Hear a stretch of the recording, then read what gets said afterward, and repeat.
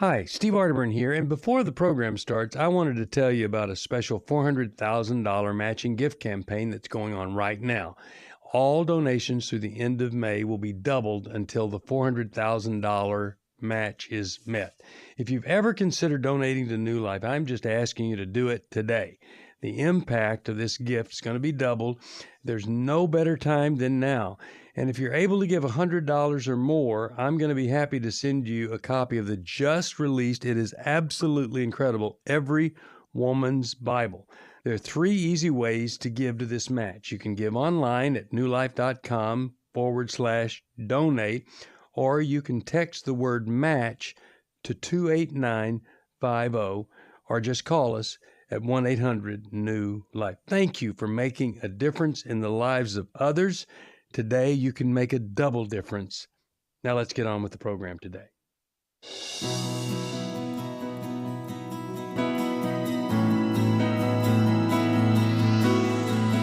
Welcome to New Life Live with Stephen Arterburn. For 35 years, New Life has been transforming lives one at a time thanks to the giving hearts of you, our listeners. Our goal is to provide you with wisdom from God's Word to give you hope and help in life's hardest places. If you have a question you'd like to ask today, our phone lines are open. Call 1-800-229-3000. That number again is 1-800-229-3000. Now here's today's host, Becky Brown. Well, hello, everyone. I am so glad to be here, and I'm glad you joined us as well. We are going to hear from Dr. Alice Benton today, who is a psychologist and an author. We also have Marc Cameron in the studio, who is a licensed marriage and family therapist. And, we want to answer your questions, so call us at 1-800-229-3000. Right now, I want to hear from you. Alice, I know you got something on your mind. Well, Becky, there's a hurtful habit that almost all of us do, but very few are aware of. And in psychological terms, we call it the attribution bias.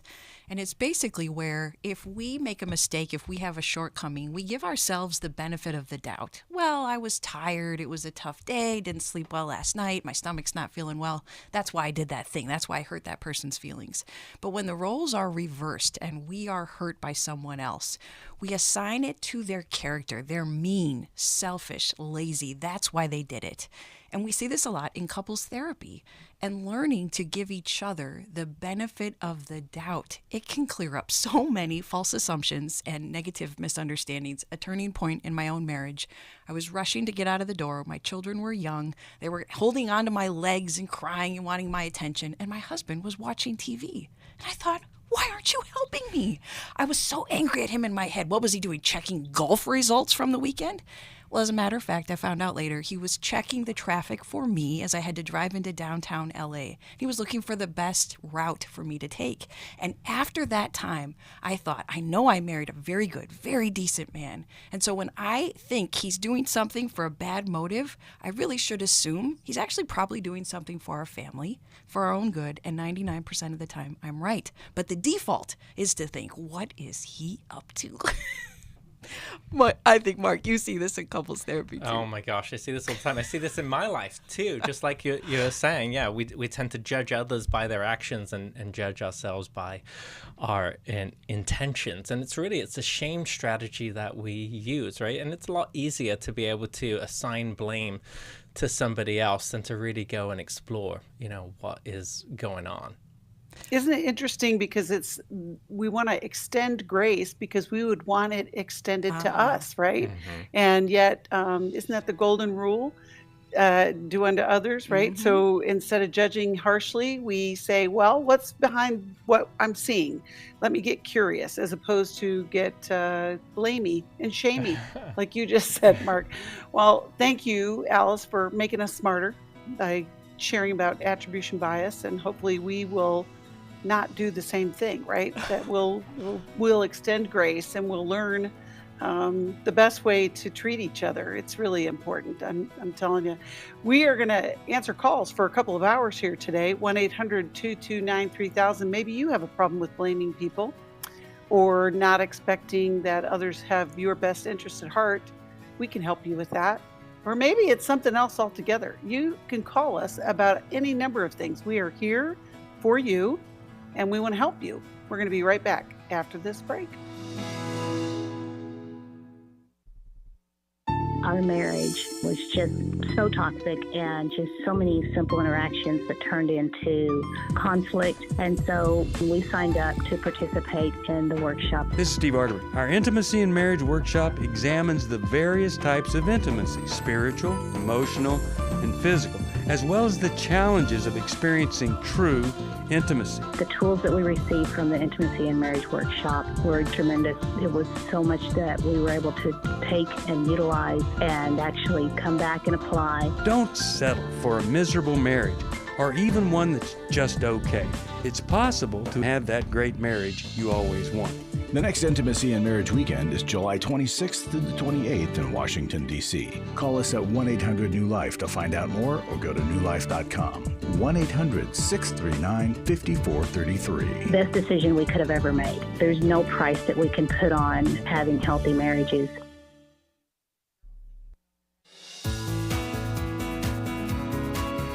To find out more information about New Life or to order any of the resources mentioned on today's program, call 1-800-NEW-LIFE. Now back to New Life Live. I'm Steve Arterburn with a New Life Moment. While rummaging through the trash for returnable bottles and cans, Charles Moore, a 59-year-old homeless man in Detroit, recently found $21,000 in U.S. savings bonds. Who could need the money more than Mr. Moore, right? Yet he brought the small treasure to a nearby homeless shelter where a staff member tracked down their owner. Moore's honesty amidst his dire circumstances triggered a wave of spontaneous generosity in Michigan and throughout America. The bonds owners gave Moore $100. Another man sent him 8 trash bags of returnable bottles and a bowl of coins. A New Mexico man gave $1,000. 3 others gave a combined $2,500, and a local businessman gave Mr. Moore $1,200, a shopping spree, and a lead on a job. Isn't life ironic? Mr. Moore, a selfless, open-handed homeless man, is teaching others throughout the country about charity.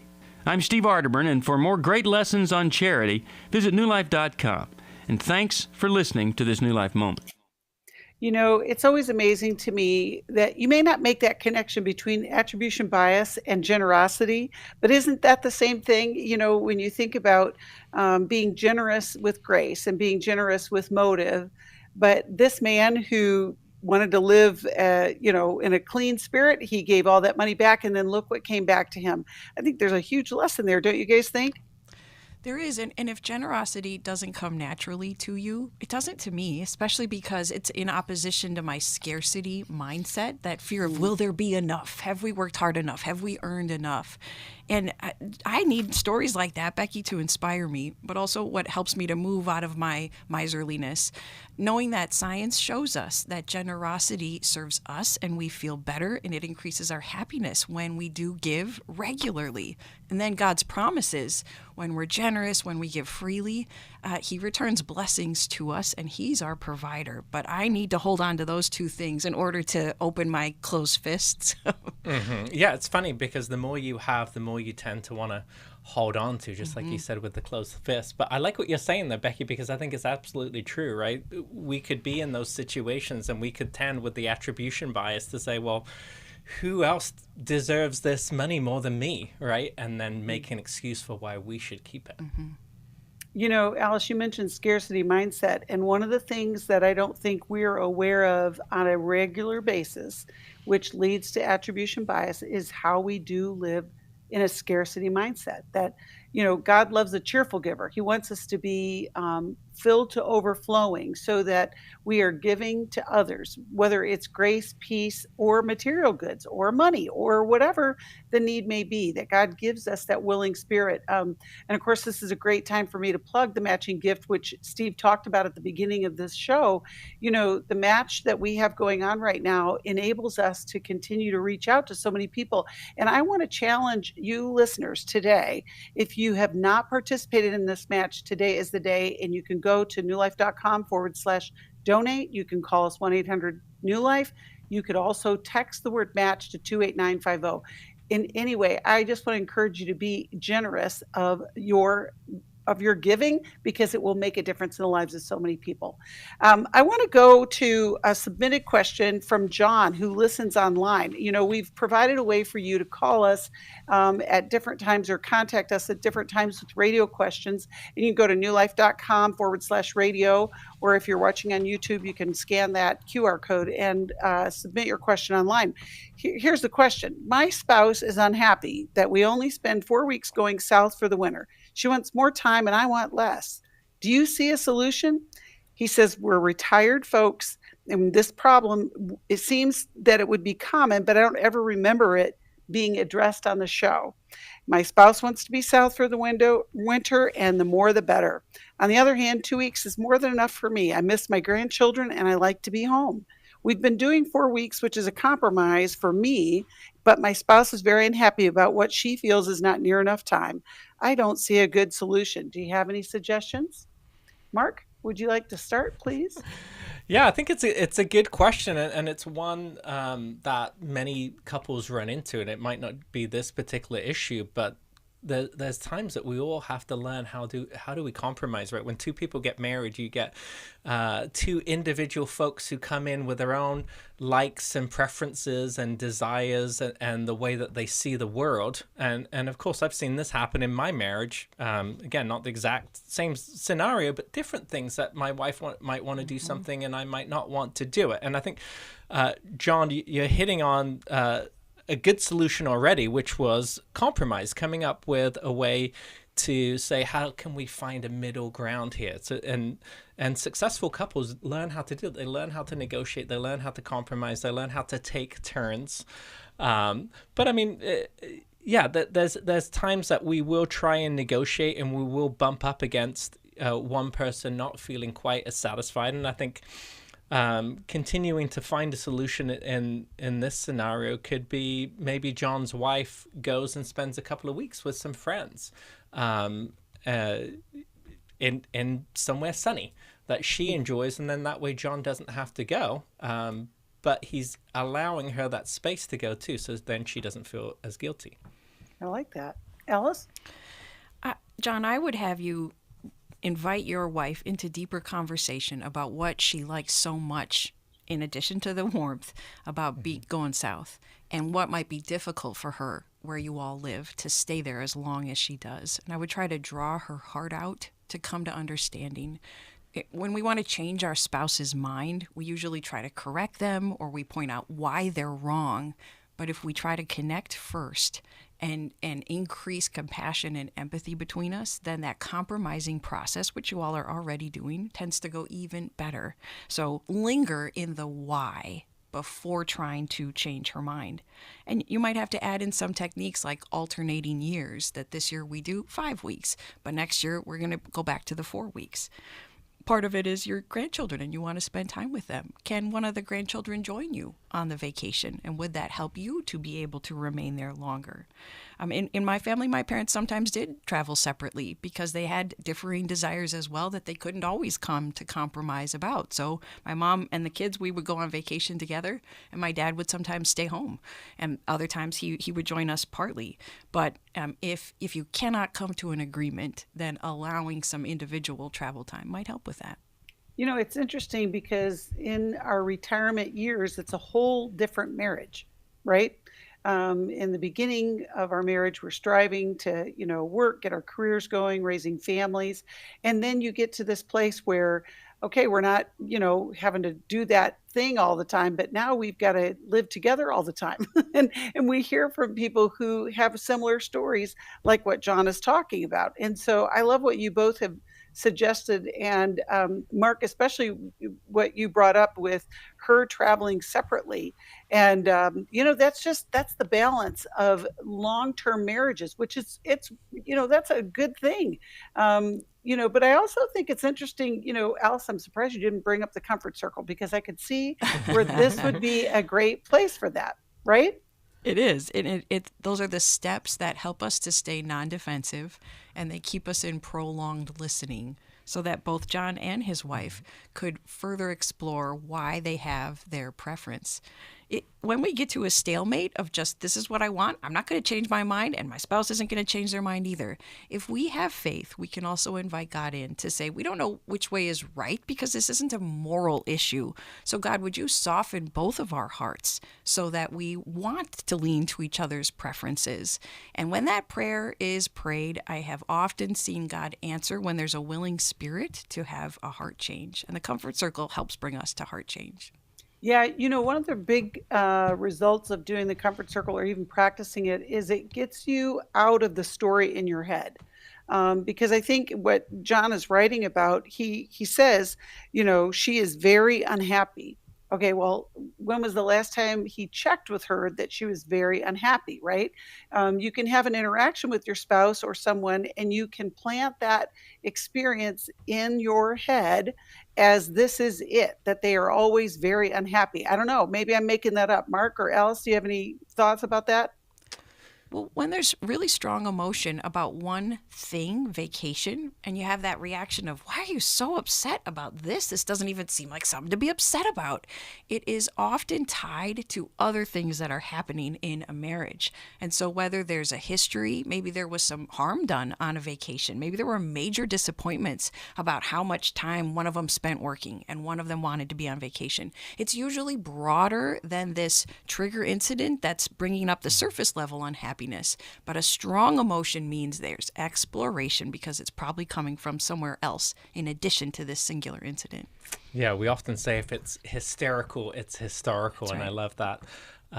Just kind of little rhyme to help us remember. And folks who are listening, who might not know what the Comfort Circle is. The Comfort Circle is just a way of learning how do we break the time up that people usually spend in conflict, going back and forth, stating their opinion, but not really listening to each other. And how do we just take that same amount of time and just split it in two and say, okay, you're going to go ahead and be the speaker and I'll be willing to be the listener, and really try and seek understanding as to what is happening, what's going on. And when you do that and you default into those roles, and you can learn how to be a good listener, you can draw somebody out by asking good clarifying questions. And then as a speaker, if you know that you're being heard, really being listened to, right, you don't have to fight for the airtime, and you're less likely to say hurtful things and use "you always" and "you never" statements or criticisms or complaints, and you're more likely to find a resolution. Mm-hmm.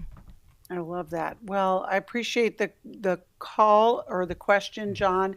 And if you need more information, you can call us back and we can connect you with somebody who could maybe help direct you in doing the Comfort Circle. I've got another question from one of our viewers on YouTube. Angelique asked the question, what are some ways for me to have a cordial relationship with my in-laws while setting clear boundaries? She has been married for 9 years, and before they got married and throughout their marriage, her in-laws have asked her intrusive questions at times and made inappropriate comments. And recently, the straw that broke the camel's back was when her brother-in-law and wife announced that they were expecting their first child, and her mother-in-law made a comment highlighting the fact that my husband and I don't have any children. I'm currently dealing with an undiagnosed medical condition which may be worsened by carrying a child, and they are aware of my medical struggles. After I expressed my frustration to my husband, he decided to have a talk with them a few months ago and set clear boundaries. I chose not to participate because I've had enough. Since that time, they haven't mentioned the discussion to me, and now they seem uncomfortable around me. I just don't know what to do. Mark, how about you start? Yeah, this is a hard one. And I think whenever you're having issues with your in-laws, I think it's always the job of the person who's the biological son or the biological daughter to go and bring the issue to their parents, because they have the stronger relationship with them. They have the history. And it looks like Angelique's husband did this already. Now, this sounds like a really hurtful situation here, and a very, very sensitive situation. So I think they've done the right thing here. And so I think when you're dealing with these things, it's always good to make a request. And I think it sounds like you have tried this already, Angelique, but but in what we were talking about earlier here about learning how to do a comfort circle, I wonder if it could be helpful to approach your in-laws and to say, can we have a formal meeting? Can we have a formal discussion? And we'd like to present something that has been on our hearts. And if you wouldn't mind, we'd like to be the speaker first and have you listen to us. And then afterwards, we're willing to go and switch roles and we'll listen to you to see where your heart is on this.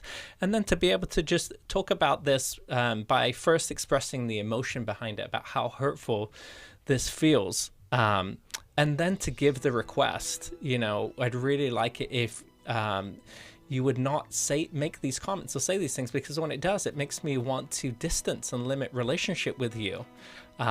And I don't want to do that. I want to be engaged. We love you and we want to be around you. But it's hurtful when this happens. And so learning how to affirm the relationship too in these discussions is a skill. And then if they don't want to follow through, let them know what the boundary is going to be. The boundary is likely going to be to me spending less time with you because I don't want to be hurt by these comments. Very good. Well, we're going to hear from Alice after the break. It is a challenge to get along with family, extended in-laws, outlaws, all of the ways that we do. But I love what you're suggesting, Marc, and we'll listen to some more. You're listening to New Life Live. Call us, 1-800-229-3000.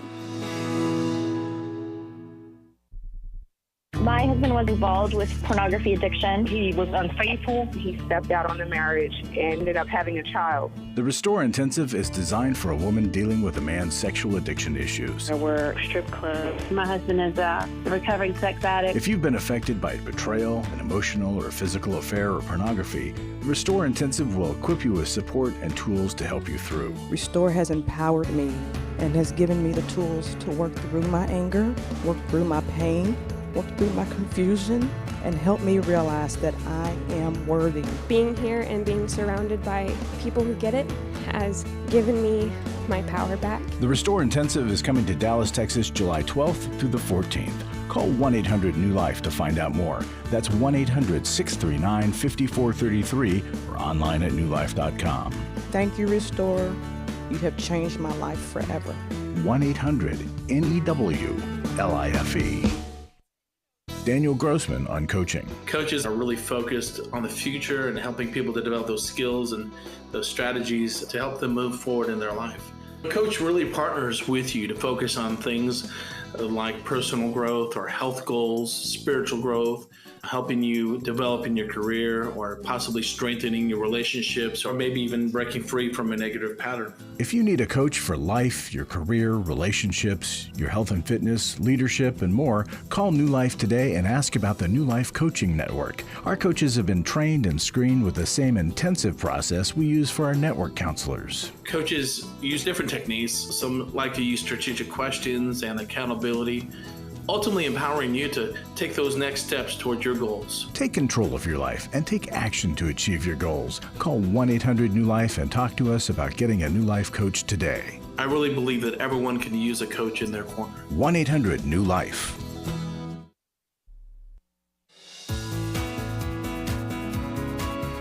We'd love to hear from you. If you have a question or a comment, call toll-free 1-800-229-3000.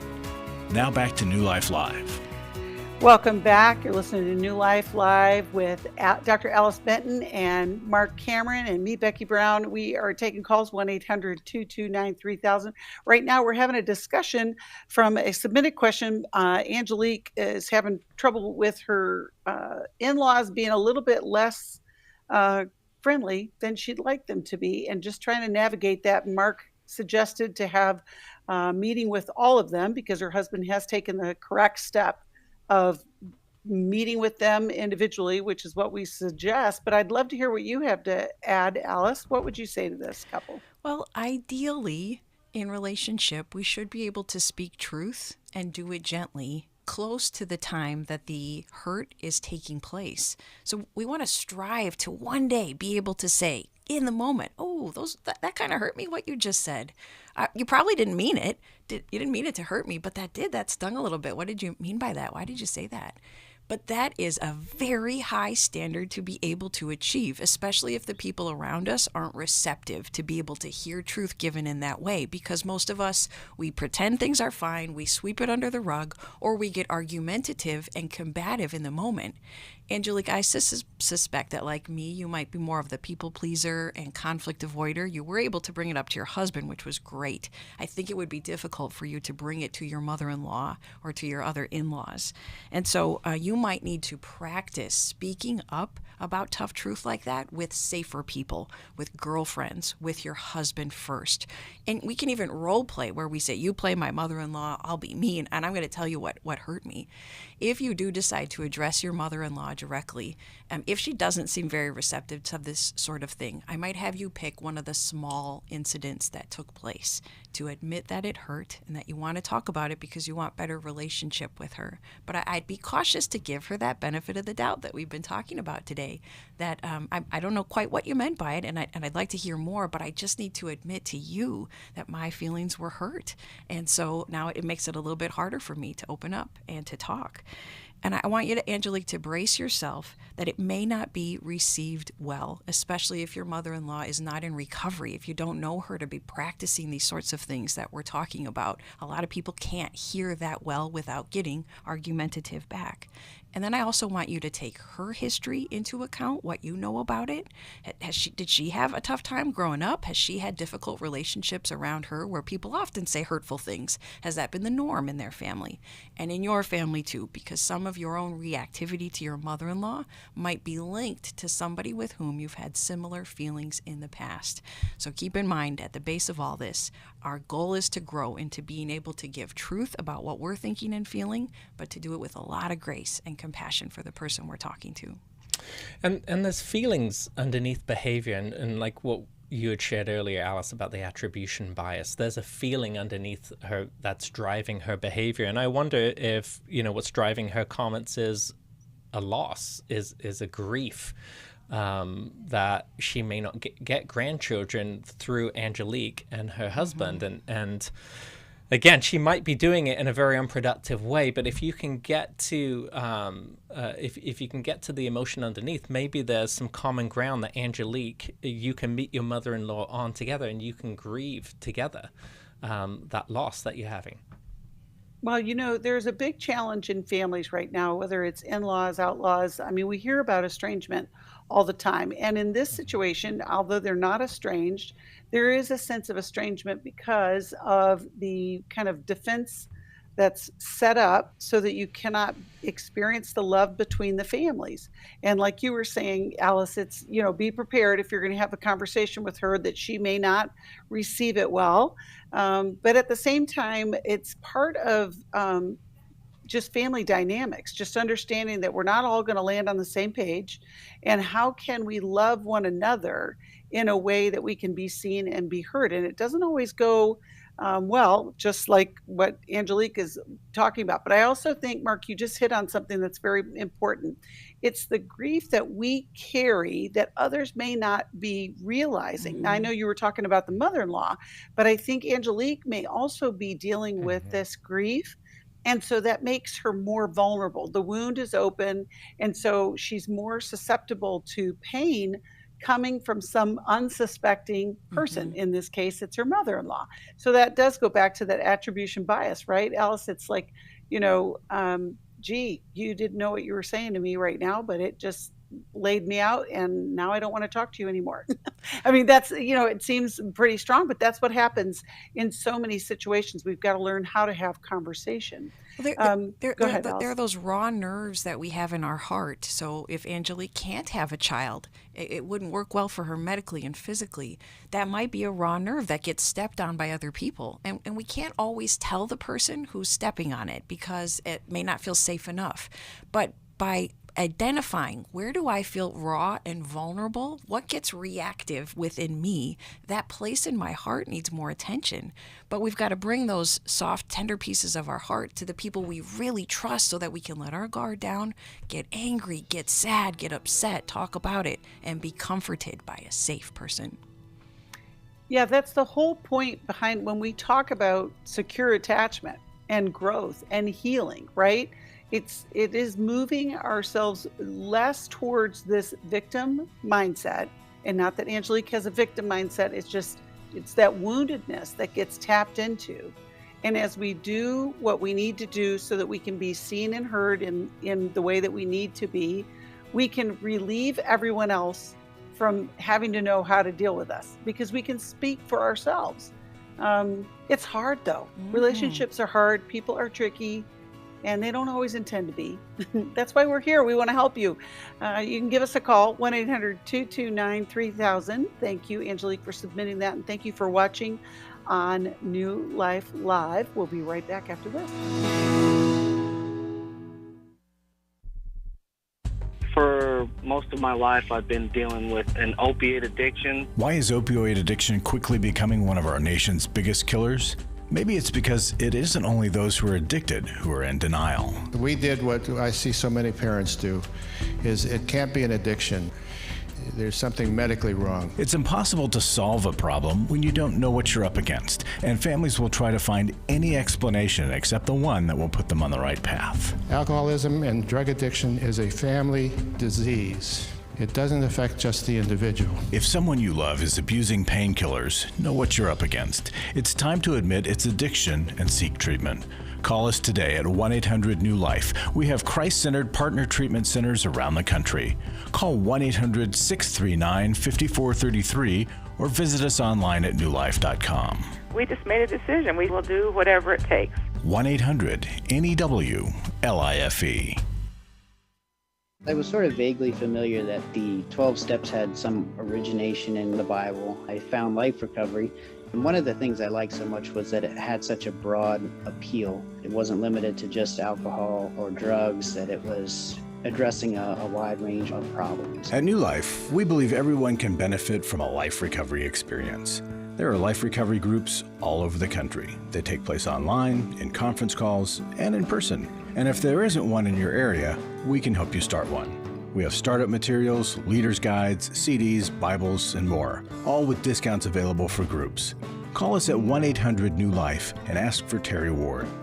The 12 Steps have long been a great help to people in recovery because much of the 12 Steps' power comes from the fact that they capture principles clearly revealed in the Bible. The 12 steps is really a pattern for all of us as Christians. Call 1-800-NEW-LIFE. That's 1-800-639-5433.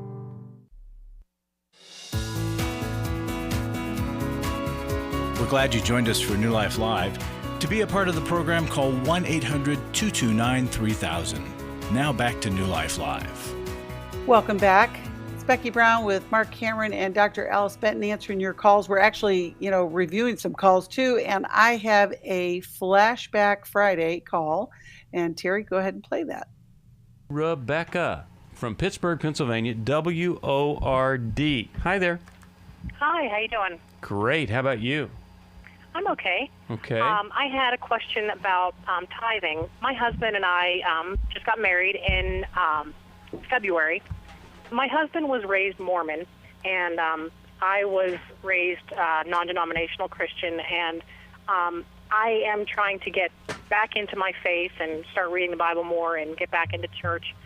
He's not quite at that place yet, and he's also not sure what denomination he wants to go with, because I disagree with the Mormon faith and all that. Right. But anyway, I know that I want to be tithing. I mean, in the Bible it says to give 10%, and the what is it? I forget the chapter, but where it talks about that God will open the floodgates, and I understand all that, and I want to be tithing, but he disagrees with that. I mean, we're not having the greatest time financially.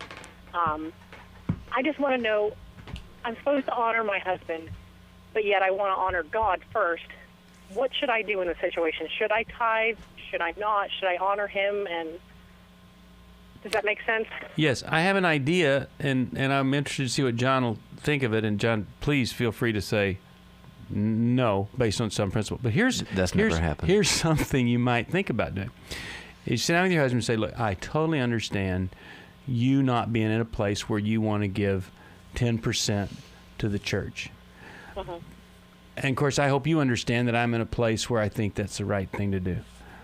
I believe one day you're going to see that is just something we'd want to do out of gratitude for God. And I'd like your permission to take 10% of what we make and invest it in an account. And I will never, ever give a cent of that to the church until one day you come to me and say, okay, I get it. I want to give that. I want to donate that to the church. Now, that's just one idea. What do you think, John? Should she give anyway, even though the husband says no? Well, you guys, money is commingled, right? I'm sorry? Your money is commingled with your husband. Yes and no. I mean, I have a part-time job where we have separate bank accounts. He owns his own business. He owns an excavation company. How would he feel if you said, I'll do 10% of the money I generate? Well, that's the thing. That's what I had been doing, and I had actually stopped in like the past month or so. And it's like I'm noticing. I feel like I can see a difference. Like I feel. Did like you stop because he didn't want you? Because he felt like you guys as a couple needed the 10% of what you contribute? I stopped because of a number of things. Our accountant even mentioned he's a Christian, or at least he claims to be, and he was like, God understands that you're having a rough time financially. That I was like, I feel like I'm stealing from God. So, all right, I like what Steve said. I think that's really helpful. But I would also add to that, I would talk to your accountant about a financial manager, because throughout the ages, people have given even when they were sort of in trouble, because, that's kind of the way it works, is that God then takes and multiplies. I mean, nobody's going to take the food out of their kids' mouths or anything, but, sometimes we need to lower spending and all that sort of thing. So I would look at a way to be able to tithe, at least with your part. But I've got another idea. I'm really more concerned, actually, I guess, for your husband's life and faith than I would be for your tithing, because I think that comes second. What if you said to him, I will hold off on that for some temporary period of time if you will make a real sincere effort to look at the claims of Jesus with me? And I've got a church I want to go to with you, and here's a book by, Lee Strobel, or a book by C.S. Lewis. I'd like for you to look at the claims of what evangelical Christianity has to say about Jesus, because we'll work all the money thing out. We haven't been married very long. We'll figure that out. But I love you, and I want to know that you're going to be okay with God. And I would put that first. Just an idea. Okay. All right. I hope that's helpful to you. It is. Thank you very much. You are welcome. Let me send, what would be a good, loving people? Is that a loving people? And loving tithing would be another one. One day, maybe you'll write that. Loving tithing. We love the local church. We do. And we get questions like this from time to time. And, this, as long as we're going to be in community and, and be part of a church, we're going to have these questions about tithing, as well as membership, as well as all the theological differences.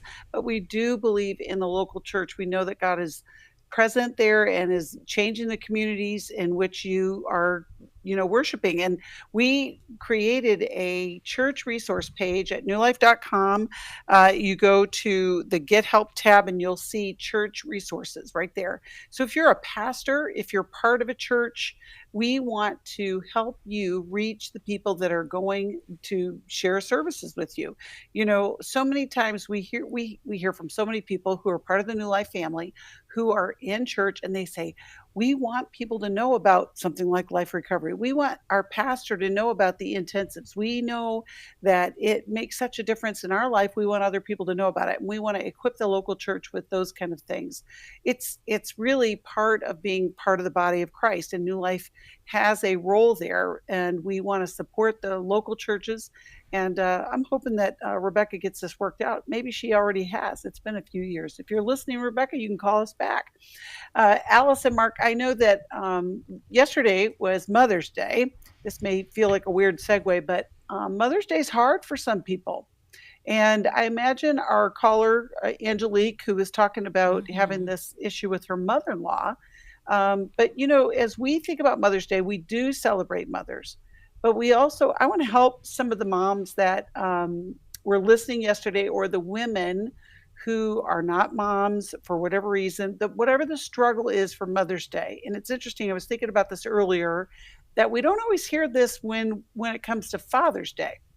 And maybe check back with us after June 16th. But, I just wonder, how do we help women in times like this where Mother's Day can be painful instead of a celebration? Well, there are a couple of different sort of categories of pain to look at here, whether we're talking to women who are not married and so don't feel capable of being able to even have children without a spouse. There may be infertility issues within a marriage. You're trying to get pregnant and you can't. And the pain every month of checking and finding out I'm still not pregnant. Perhaps you've gone through a miscarriage or an abortion. And lastly, you may have children, but you're in great discord with them, or they're not in communication with you. And so Mother's Day brings these situations so painfully into focus.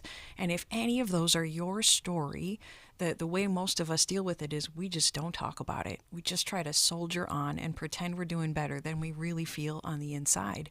And so we invite you, call and tell us, or let us connect you with a counselor where in that safety of counseling, you can really start to tell your story, reveal that pain, because it's by conversing about it with someone who's trying to understand you and draw your story out, that's where we receive the deep comfort we need from God that He usually gives to us through other human beings, if we'll let them. I love that. The other category is moms who have buried children, because it isn't even, it's not supposed to be that way. And so then Mother's Day is revisiting that grief. I know that in our social media on Facebook, we posted a prayer for women who are struggling through Mother's Day. And, we do pray for people all the time. We pray for people who submit prayer requests as well as those who are supporters of New Life. We believe in the power of prayer. And on days like Mother's Day, where the pain can be overwhelming, God's presence is so helpful in those times. Marc, how would you help somebody who's going through a difficult holiday? It doesn't even have to be Mother's Day.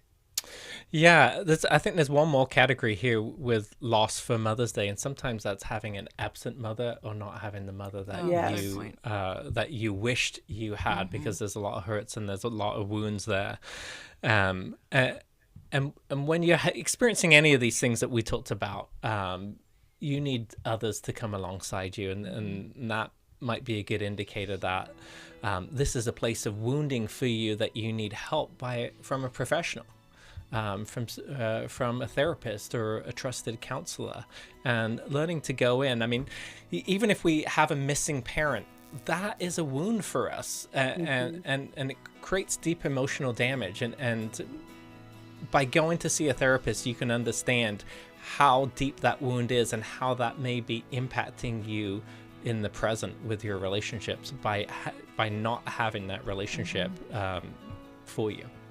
It's so hard, but whether it's Mother's Day or any holiday that brings that grief, it is important to share with someone else. We're here for you. New Life exists to help people find that life that God has planned for them. We're still taking calls, 1-800-229-3000. We'd love to hear from you. We'll be right back after this.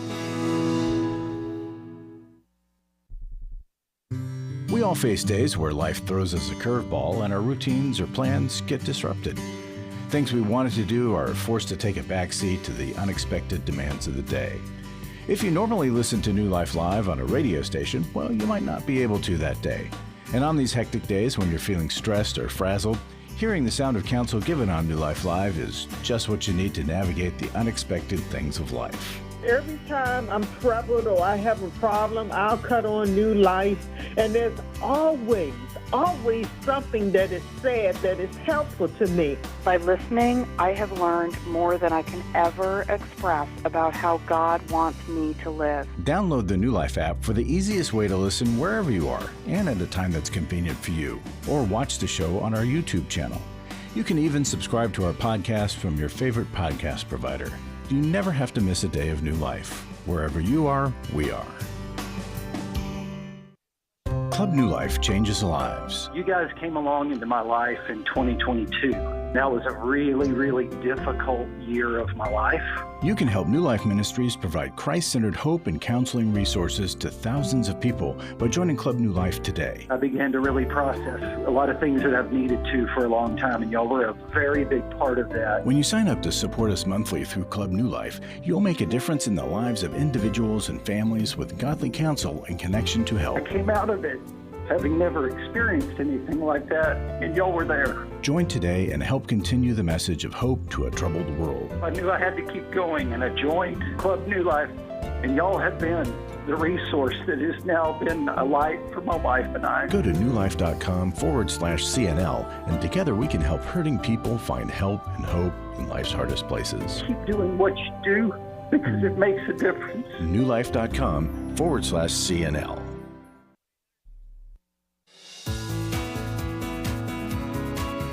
To find out more information about New Life or to order any of the resources mentioned on today's program, call 1-800-NEW-LIFE. Now back to New Life Live. Welcome back. We are going to go to another call, and you can call us 1-800-229-3000. Terry? Lisa, how are you? I'm doing okay. Thank you. How are you? We're good. I am wondering if you believe that there is hope for pedophiles. Yes, we do. Do you have any suggestions of how I could help someone that is in that situation? Yeah, tell us a little bit about the situation. Well, the person is a family member, and he's in jail right now. So he says he's remorseful. I mean, he doesn't say he's remorseful. He seems remorseful. You know, he's repentant and sorry and, like, glad he's there and glad that his daughter told and everything. But anyway, I talked to a psychologist, and he had told me, you know, he's like, oh, he should be castrated, and there's no help. They never change, and so it just kind of was upsetting to me. But I don't know. I guess I just want to know what the truth is, and I know nobody can know the answer for sure in this particular case. But I guess I'm just wondering if there's hope. Well, it is difficult. Let's start with there. It's difficult. They're one of the hardest categories of psychological disorders to treat. And when you look at the statistics and the research, Lisa, there's a lower probability of cure than there is, not cure. Having said that... And John, yeah. Can I just jump in here? So, given that, you'd want to be looking for signs that he is the exception to the rule, which he would be saying and getting involved. He'd say, I want to, and then he'd get involved in anything that prison had available for someone to get help. Right. But him saying anything like, I don't need, if those three words come out of his mouth, I don't need, I would say there's no chance for that person to change kind of if that comes out of the mouth. That's what God says. If you don't need me, then I can't help you. So, right. But in terms of what a lot of them deal with, Lisa, is that they have a lot of inability to access their aggression and sometimes their anger. So it comes out in seductive ways where they're acting out on small people, kids, really horrific anger that they feel that they have often experienced. Many, many pedophiles are horrific trauma victims, and so they reenact being the bully and the horrible person the way that's been acted toward them. And one of the things they have to face, if they're going to get well, is that they are, A, really, really hurt, but B, really, really mad, and they have to become more honest about their darker instincts and their self-centeredness and kind of their negative parts. And it's very hard for them because most of the time child predators like to see themselves as just a needy, loving person. But what you find, in not all cases but many of them, is that they have to access that they can be a real mad and mean person too. And when they do that, then there's another series they go through where they begin to integrate that part and structure it, and they move on, and they really care, and they feel deeply remorseful, but they own the dark part. But it takes time, and it takes help, and it takes lots and lots of skill. But I would never say that a person can't be helped. Well, a couple of things. He was abused as a child, like more than I knew, but he was abused as a child and exposed to pornography, as a child and stuff, and he got really hooked on it, I guess. So he doesn't come across as a really angry person to me when I've been around him, but maybe he is. That's my point. Okay. We've been corresponding. He's in a jail. He's not in prison because of certain reasons at this time. But anyway, so there's no access to any counseling. He's been to group counseling when he was No, you young. don't look to jail to heal you. Jail is to preserve people from you. And you can do a little bit of rehab, but people generally don't get transformed in jail. They, unless they have a spiritual transformation. But something like this, jail's kind of like, we're going to keep you away from society until you're safer, but then he must immediately do everything he can in counseling in the jail. And I know lots of prisons that do lots of great work. I'm involved with, a lot of people that are doing that. But he needs, as soon as he gets out, not only does he need to avail himself of what resources are there in the jail to start the process, but he needs to finish by going several times a week and intensely working on these issues with people that work on deep character stuff. And if he's not willing to do that, that's like Steve said, then you're saying, I don't need this. But if he is, he can make a lot of change. Is there anything that you would recommend that I send to him while he's there to read? Or, I thought about sending him Hiding from Love. You know what I would do? I think Hiding from Love would be a great book. Any book that's spiritual. But I'd be asking him, are there any books that you want to read? And if he says, well, you're trying to find out if he's going to change. The last thing you want to do is help him get out of jail if he's not going to change. Mm-hmm. Or before he has changed. See, so you need to be honest with him and say, I hear what you're saying, but listen, it's rare that anyone with your problem ever gets well. And so I'm looking for the signs that you're the exception. You telling me that you want to read Patterson in jail versus something to change your pattern, that disturbs me. And then if it disturbs you, you just want to let the consequences take their course there. It is so powerful when you hear calls like that, because it is all about the willingness to change. And I tell you, no one is hopeless. That's what John was talking about. But we all have to have the willingness to do whatever it takes to get the recovery that we need. You may not be a pedophile, but you may be struggling with your sexual integrity. And as a man, we have an intensive that could help you get into a transformation process. So it's every man's battle. You've heard us talk about it before. We're going to have one this weekend, and we want you to be transformed. We want you to begin that journey. Marc, what would you say to someone who may be like this woman's husband, who's struggling with their sexual integrity? What should they do? Yeah, it's hard in the case of Lisa here, because I don't believe that anybody is born evil. I think, folks have trauma that impact them, or they have mental health issues that are, beyond control of the family, and it just kind of skews the way that they're thinking. And I agree with everything that Steve and I think it was John Townsend said here about, looking to see if somebody is motivated to grow, and if they don't, then we do need to protect ourselves from them in society. But yes, if you are motivated to grow, it's learning to seek help of where, when our thinking patterns are skewed, we've been wounded somehow. And so the only way to grow out of that is to do the deep understanding, to find where things went wrong in our lives and to excavate that, and then to do the pattern of reconditioning. That's right. And a couple signs we can look for. Are they expressing that remorse? Are they taking full responsibility without saying, well, I did it because, and then pointing to somebody else?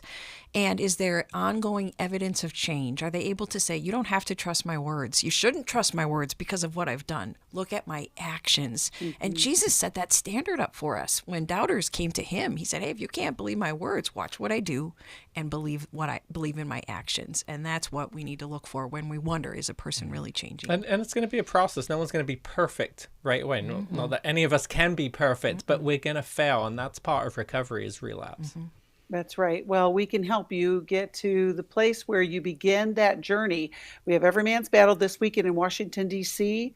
Call us today to get the information. A lot of times it is the wife that calls and makes that first phone call. We wish it was the man, but sometimes they're not even in that place where they recognize that they have a problem. We can help you. You can call us 1-800-229-3000 for the show if you want to ask a question, or you can call 1-800-NEW-LIFE. We want to get you started on your next new adventure, transformation. It's worth everything. We're so grateful for you. Alice, Mark, thank you so much. Thank you, listeners. We'll see you next time. Thanks for listening. We hope this program has helped you by giving you insights for handling the challenges you face in your life. We want you to know that we're here for you, but you also need to know that New Life Live is a listener-supported ministry. To make your donation or to get any of the resources mentioned on today's program, call 1-800-NEW-LIFE. That's 1-800-639-5433, or write to us at New Life Ministries, P.O. Box 1029, Lake Forest, California, 92609. Please join us again tomorrow for New Life Live.